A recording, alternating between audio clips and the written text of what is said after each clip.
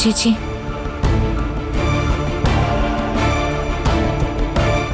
ചേച്ചിക്ക് എന്താ എന്നോട് ദേഷ്യം?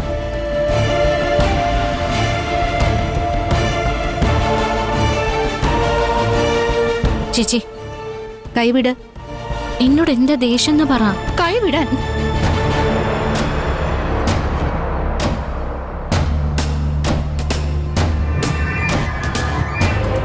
ഞാനെന്ത് ചെയ്തിട്ട് എന്നോട് മിണ്ടാതിരിക്കുന്നെ? നീ ഒന്നും ചെയ്തില്ല, ചെയ്തതൊക്കെ ഞാനാ. ചേച്ചി എന്ത് ചെയ്തു? നിന്നെ വിശ്വസിച്ചു, അതാ ഞാൻ ചെയ്ത തെറ്റ്. മാറങ്ങോട്ട്.